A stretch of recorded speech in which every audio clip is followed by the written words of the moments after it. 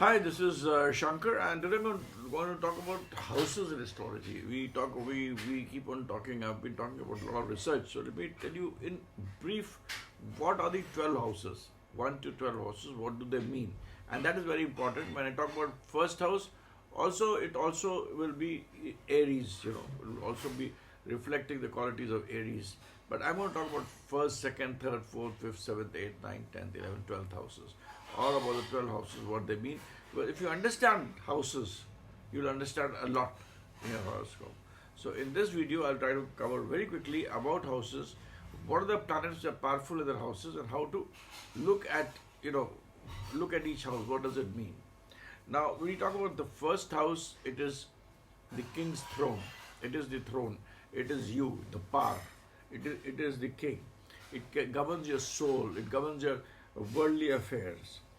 And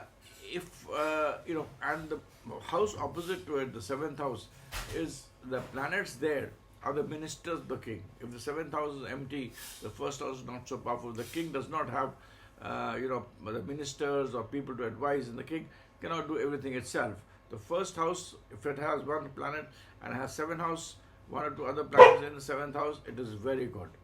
I mean, too many planets in the first house is not good, because if you have too many planets in the first house, only one planet in the seventh house, that is, you have to, people behaving like kings are more, and the people advising are less. The first house is yourself. You are the king. You're the boss, and it's the place where you execute things. It's your soul. It's your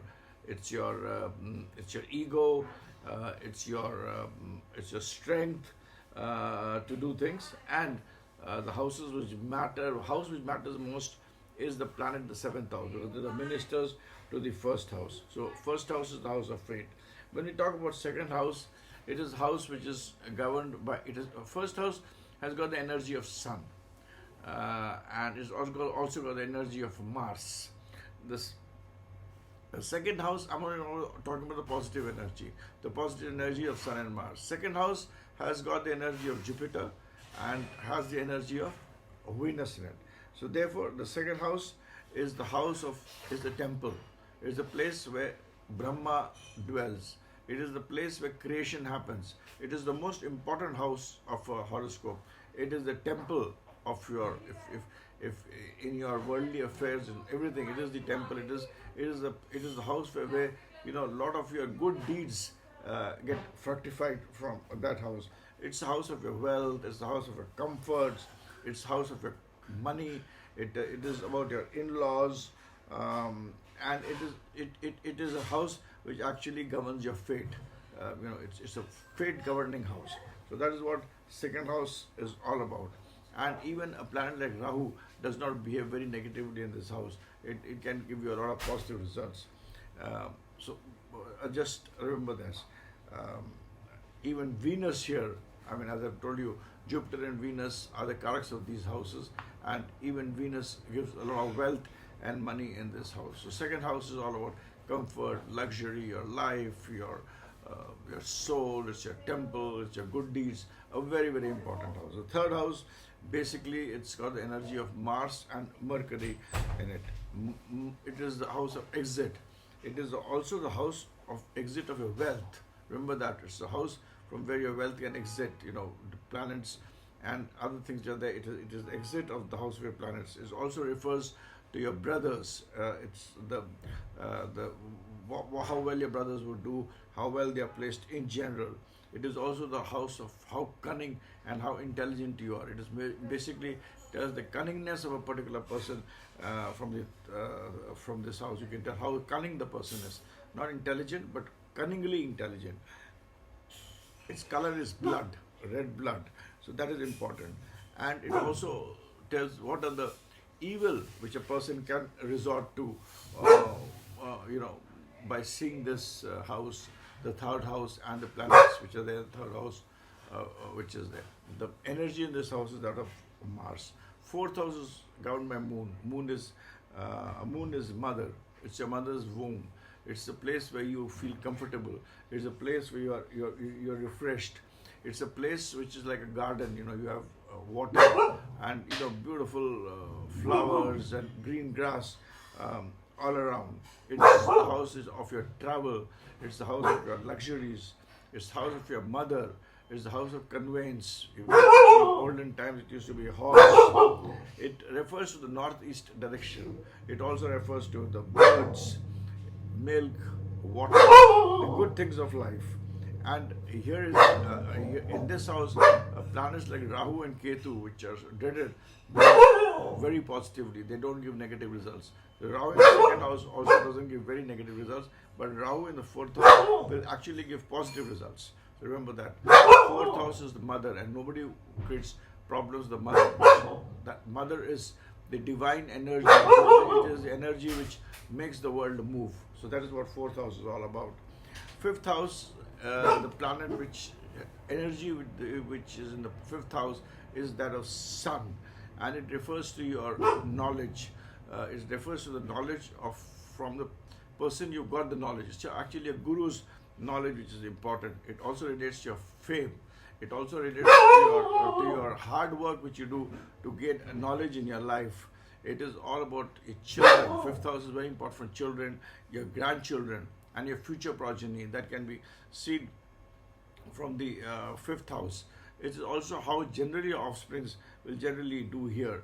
Knowledge, intelligence, fame, wealth, spirituality is all governed from the fifth house. The energy which is there, the fifth house of Sun and Jupiter, it's a very, very important house in a horoscope, and it also talks about your, also talks about, recreation. It also talks about intelligence. It also talks about your power to do speculation, because speculation can only be done when you're intelligent. So all those things are governed by the fifth house. The sixth house has got the energy of Mercury and dragon tail, that is a Ketu, and here it is about languages. This is the house which governs the languages. It is also the house where which governs quarrels. The quarrels which you're going to have in life, the enemies which you're going to have in your life, and Ketu is the tail, and it's also the how you live together, day-to-day life, the day-to-day happiness, the day-to-day your life goes is to be seen in sixth house. You may have at the age of 80, you may say your 10 years of your life was very good, but I would prefer 75 years of your daily life was very good. So the day-to-day life is governed by the sixth house. Venus here in sixth house confers good results. It makes you very practical. People say it's not good, but Venus in sixth house here confers very good results. Relatives of the parents, the relation of the parents in general, intelligence, travels are also governed by the sixth house. Travels land, not by sea. Sea, I will tell you, but because I've just told you, because travel by land is governed by sixth house. We come to a very important house, which is the seventh house. Seventh house has got the energy of Mercury and Venus. It is all about creation. It is about business. It's about partnership. It's about intelligence. It's about creating things. It's in the olden days. You say from the mud, the potter used to create a lot of beautiful things. So it's all about creation. In today's world, all that which is happening today is not what it looks. The shirt which I wear, the diamonds which you wear, the car which you have, anything which is there, today is all molded. It's all created. So seventh house is all about your creative capability which you have together. Saturn does very well in this house. It is very strong in this house, and Saturn is a planet of karma, which is there. So wealth, gain, business, all is governed by the seventh house. Also, your relationship with your spouse, how well you can connect with anybody in life is all about in the seventh house. Eighth house. Here, the negative planet, this is the headquarters of Saturn. Saturn rules the eighth house, and uh, Mars. Uh, Mars is malefic here. It can give you I'm going to get it gives you accident. It makes you prone to accident. So that is important here. The eighth house is the arbitrator for eighth house. The results of eighth house will depend on the planets in the 12th house. The eighth house planets have also, when you look at eighth house, see the second, sixth, eighth, and 12th. They have a relationship between each other because 12th is fifth from eighth, second is seventh from eighth, and sixth is 11th from eighth. So these are the houses which is very important. And 8th house and 12th house have a relationship because 12th house becomes the arbitrator. The final deciding factor for 8th house is 12th house. Now that is a subject which is a very deep subject, a subject of research which I'll tell you sometime later. 9th house again, Jupiter rules the 9th house, so it is the planet of fortune, how much you respect your elders. It is also the foundation of all your 9 planets. It's fortune. Fortune is governed by 9th house, and it also talks about your ancestors, the good karmas of your ancestral, the foundations in placed by your ancestors, that is your fathers and grandfathers, the age of father and the grandfather, the house in which you will stay, whether your house from a one-story house becomes a four-story house or vice versa. It is the fulcrum of your horoscope, and it's a very important house. Here, Jupiter is the lord of, which has got the highest amount of energy in this house. Remember one thing: Saturn in this house does well, but when, but vice versa. I'll explain to the next house. Saturn does well. Jupiter does not harm Saturn so much.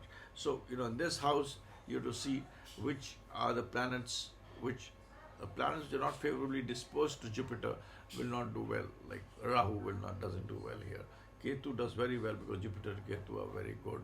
Sun does very good well here. Moon does well here. Mars does well here. Venus will give you problems. Venus and Saturn together may not give you great problems. So you have to see in this house, the 9th house, it's a planet for fortune. It's actually the fulcrum. When you see a horoscope, see the 9th house. If it has an aspect of Jupiter, it has Jupiter in it, the whole horoscope gets elevated. So 9th house is a very important house, and if it has negative planets there, it's not good. When we come to the when there is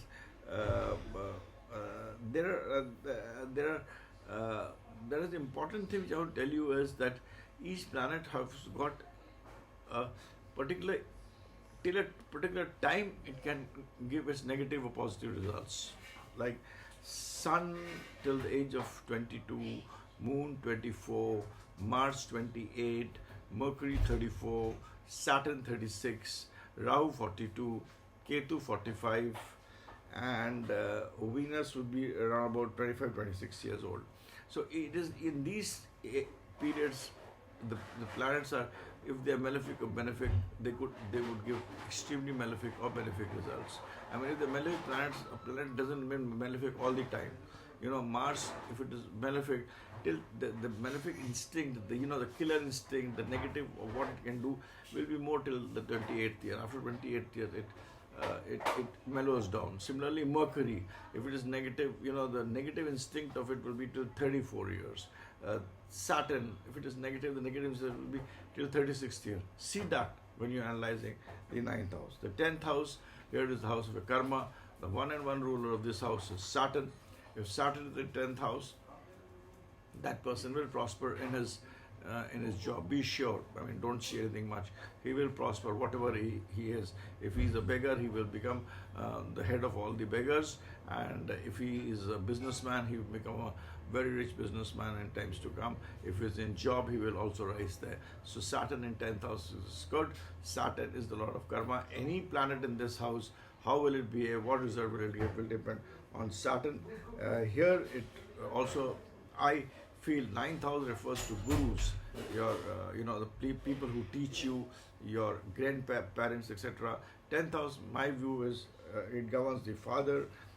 It also governs a lot of things to do with your with your eyes, what the cunningness of your eyes can be seen from the 10th house. And it also governs all things which are black. The 10th house also governs things which are black. Things from which are from black can be turned and made to look beautiful, like a diamond or anything is black.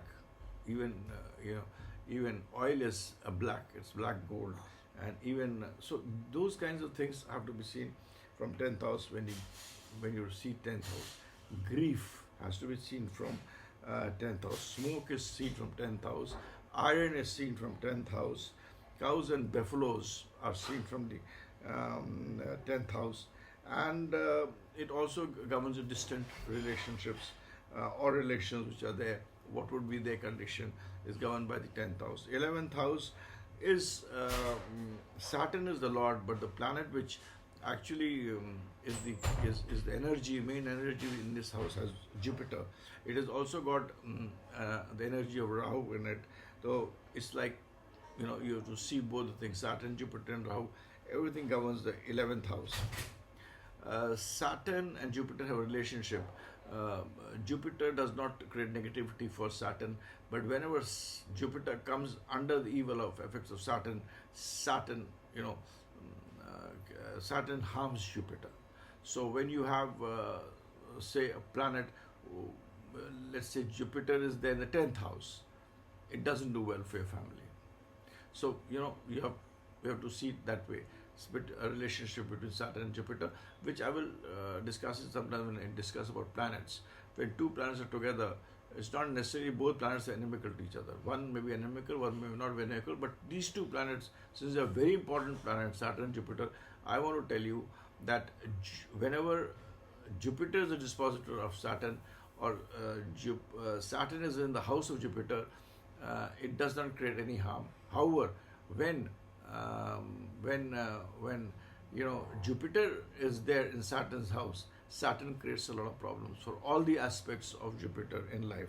You have to remember this very, very clearly. It's the house of wealth.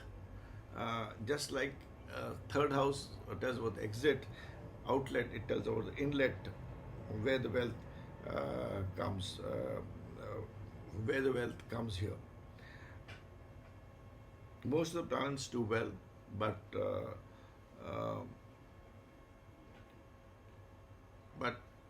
to analyze this house, you should always, its 11th house is for gains. So look at 3rd, 5th, 9th, 11th together. You have to look at gains, just as when you have to look at 8th house, I told you to look at 6th, 2nd, and 12th, 12th being the final arbitrator, and 8th having an impact, 6th having an impact. Similarly, when you have to look at gains, always see 3rd, 5th, 9th, and 11th together. If you don't look at these four houses together, you will not be able to understand what is the gain and what is not the gain. 12th house, it is house of conjugal bliss. It's about love, it's about sex. Planets which have the energy in 12th house are both Jupiter and Rahu. It is both the houses of your curse as well as your blessings. It's about your expenses. It's about the movement of the energy in your brain, so you can act anyway. It's a relationship between husband and wife. In today's world, 12th house is all about strategy. It's about the cosmic world. It's about the secret services.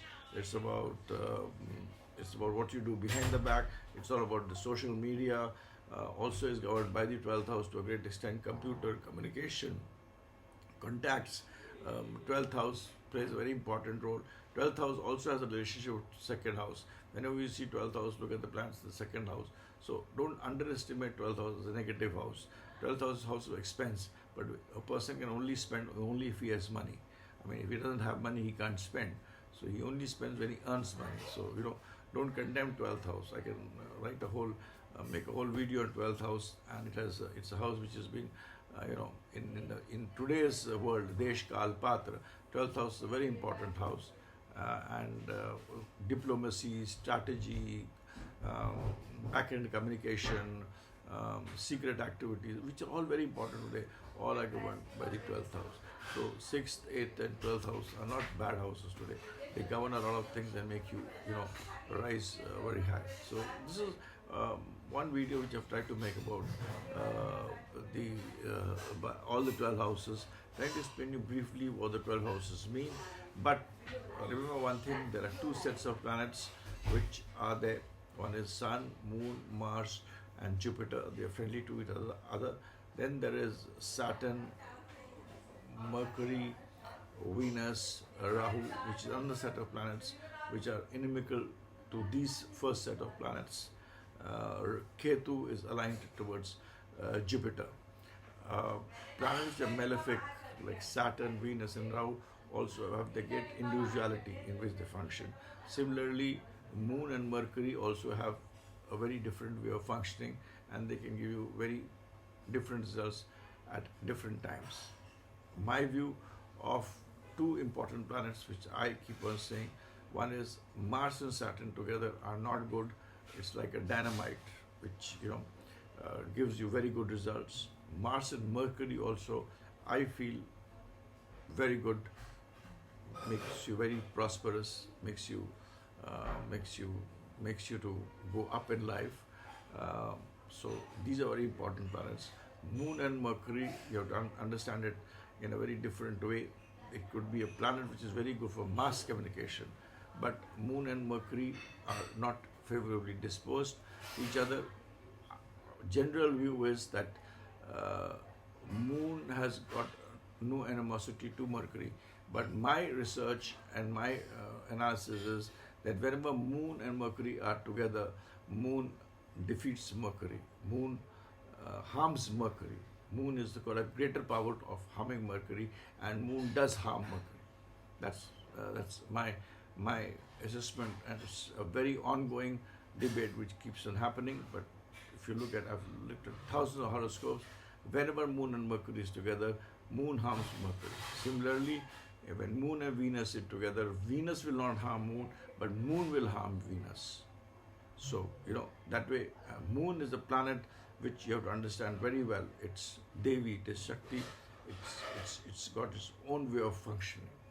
Even when Moon and Jupiter is together, we call it Gajkeshri Yoga, etc. But whenever it is together, it will always, in the lifetime of that particular person, it may give him a position where he's riding, he's on elephant, that is, he has good cars, etc. But it can also lead to scandals. Mostly leads to some scandal or the other in the life of that person who has Moon and Jupiter in conjunction.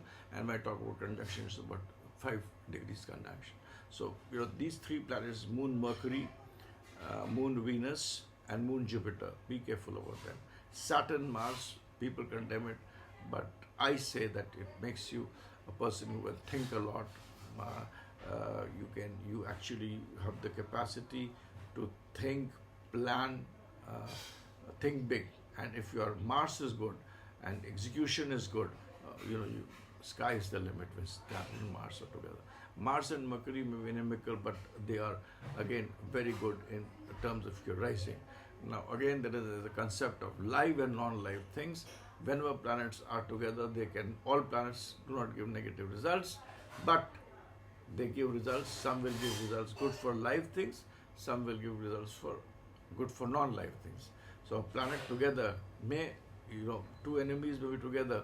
It may give you wealth, but it may destroy your relationships, your, the finer aspects of life.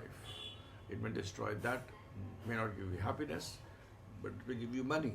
So, it's that aspect of how conjunctions work, etc. I will tell in my other videos, in the upcoming videos. Thanks and bye for now. I'm sure if you like this video, please share. The algorithms, the matrix says that I should touch a figure of 1 lakh. I have about 75,000 subscribers.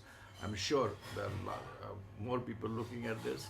So please subscribe to my channel. Please tell others to subscribe to the channel, like my channel.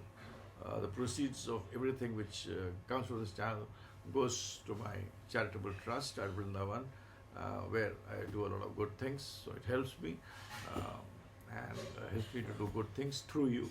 So you get a part of the punya or the karma. If you want to know more about me, go to my website shankerstudy.com, where you can come to know a lot about more about me. My WhatsApp message number is 98187 33,000, 98187 33,000, 98187 33,000. You can write to me, just message to me, and if I get the time, I'll reply back to you. So this is what I was trying to tell you all about 12 houses, where you understand 12 houses, the main crux, what each house tells you, what is it about. So that gives you an idea. And the energies of the planets which are there in the 12 houses, to repeat again. First house got the energy of Sun and Mars. Second house is the energy of Jupiter and Venus. Third is Mars and Mercury. Fourth is Moon. Fifth is Sun and Jupiter. Sixth is Mercury and Dragon Tail. Seventh is Mercury and Venus. Eighth is Saturn. Eighth is Saturn. Ninth is Jupiter. Tenth again is Saturn. 11th is Saturn, Jupiter, and Rahu. And 12th is Rahu is Dragon Head, and 12th house is Jupiter and Rahu, that is Dragon Head. So these are the energies which are there in the 12th house. So these planets, so these are important. Plus, what do they signify? You know that. Plus, add the characteristics of the planets that are placed there. You will get a good idea of how the horoscope functions. First house is you are the king. 7th house planets there are the advisors of the king. If you have Rahu in the first house and you have 3 or 4 good advice in the 7th house, be sure you're going to do very well in life. If you have 5 planets in first house, only 1 planet in 7th house, there are too many people who are sitting and not taking action, and only 1 person advising, you'll be a failure. First and 7th function that way. So that's how it is. For looking at gains, look at 3rd, 5th, 9th, and 11th. For looking at the other things of life, which are like travel, money, day-to-day, family, finance, debts, all are today important to do business. And today, in business, you need to have debts. You need to travel abroad. You need to give money. So you have to see the 2nd house, the 6th house, the 8th house, and the 12th house. They all are connected to each other. 2nd, 6th, 8th, 12th, and house. These are very important house. When you're seeing the horoscope of anybody today it is the time of startups. So it is a time of startups. It's a time of people doing individual consultancy. It is a time when taking money is not negative. You have to take money, which is 6th house. You have to do structured financing, which is 8th house. You have to have strategy, which is 12th house. You have to go to the public, which is 2nd house. So 2, 6, 8, and 12 house are very important. Then the money which you earn, you have to see from 3, 5, 9, and 11. 9 is the fortune, the basic fulcrum. 11th is the inlet sources which come from the good things which you do, the planning which you do, and thinking which you do, because Jupiter, Saturn, Rahu, all 3 have impact in the 11th house. All 3 things create an impact there. 5th house is intelligence, your speculative power, your the way you can mimic things, show things, make things differently. It's all also about your knowledge, because without knowledge you can't do anything. So that is where 5th house becomes important. And 3rd is how the money exits, whether the exit will be positive or not. So you have to look at 3, 5, 9, 11 when you look at what is the gain which you get from the 10th house, about your karma, and there Saturn is the final and the most important ruler. So that is how you have to see the horoscopes. Like suppose you have to see the horoscope, how well a person does, and today money is the most important question which a person asks. So that is how you have to look at things. Also, I've told you about the conjunction of the planets. What I've told you is only for the material part of it. Like Mars and Saturn makes a person think big, aspires big, he has big goals, he can run after his goals, and if execution becomes big, he can become a big man, he makes money, but his family life may not be very good. his brothers may not be very good. So wherever the life things become very good, when two negative planets meet with each other, they give you material wealth, they give you finance, they give you luxury, they can give you woman, bhog. I mean, anything which you can, which satisfy your senses. It is these negative planets which give you everything, but they may not give you the finer things of knowledge, charity, your attitude towards your relationships, how's your son doing, how your parents are doing, the situation in the society at times, so on and so forth. So that's all complex. We would deal with it, and I would keep on talking about them in videos to come. Thanks. I think I've overshot my 30 minutes time. With this, I end my video. Thanks a lot. I'm signing out. Thank you very much.